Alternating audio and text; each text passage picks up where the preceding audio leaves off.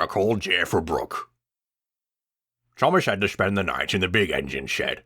He was embarrassed to find that Eunice was telling the others about how he had damaged his snowplow. Then he saw Brooke. He'd never met her before. "Hello," he said. "I'm Thomas." "You're awfully cheerful," said Brooke, for someone who's lost his branch line. Thomas chuckled. "I'm only here until my line is cleared. I'll be back to work on my branch line tomorrow." "And stupid with it," Brooke remarked. Brooke had worn a snowplow all day. She hated it, but she never protested or complained. She was glad the next morning when she found she didn't have to wear it today. The tracks were clear, and no snow was falling. But it was very cold out, and the wind was blowing fiercely. Brooke shivered as she shunted the coaches for Henry's train. She soon found that Henry was having trouble making steam. As he was backing into the big station, he stalled. His crew tried to restart him, but he couldn't move. "I'm surrounded by disobedient engines," sniffed Brooke. "I'm not disobedient," objected Henry. "I'm just crippled." The yard foreman came up to Brooke. "Take Henry back to the shed, please. One of the other engines will have to take his train." A lot of Brooke's pipes were exposed to the elements, including her injector pipes.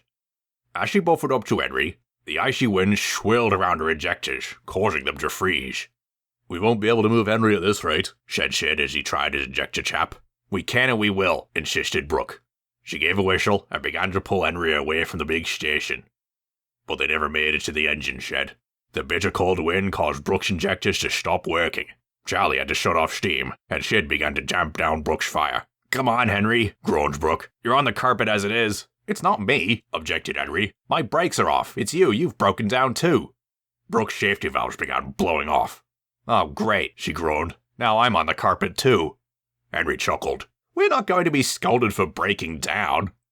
I walked up, wearing a puffy insulated jacket. Brooke squirmed. "Don't blow off all your steam here, Brooke," I called. "Use what little you have left to clear the point, so that Edward can back down onto Henry's train." "Wilco, sir," said Brooke vehemently. Hissing and groaning, Brooke jerked forward with Henry in tow.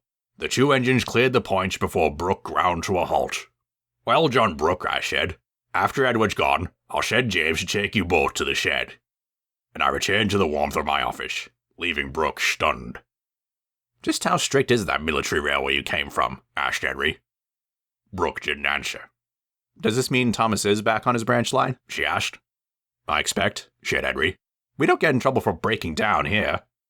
Unless we do it on purpose. And in this cold, I can't imagine any engine wanting to break down on purpose."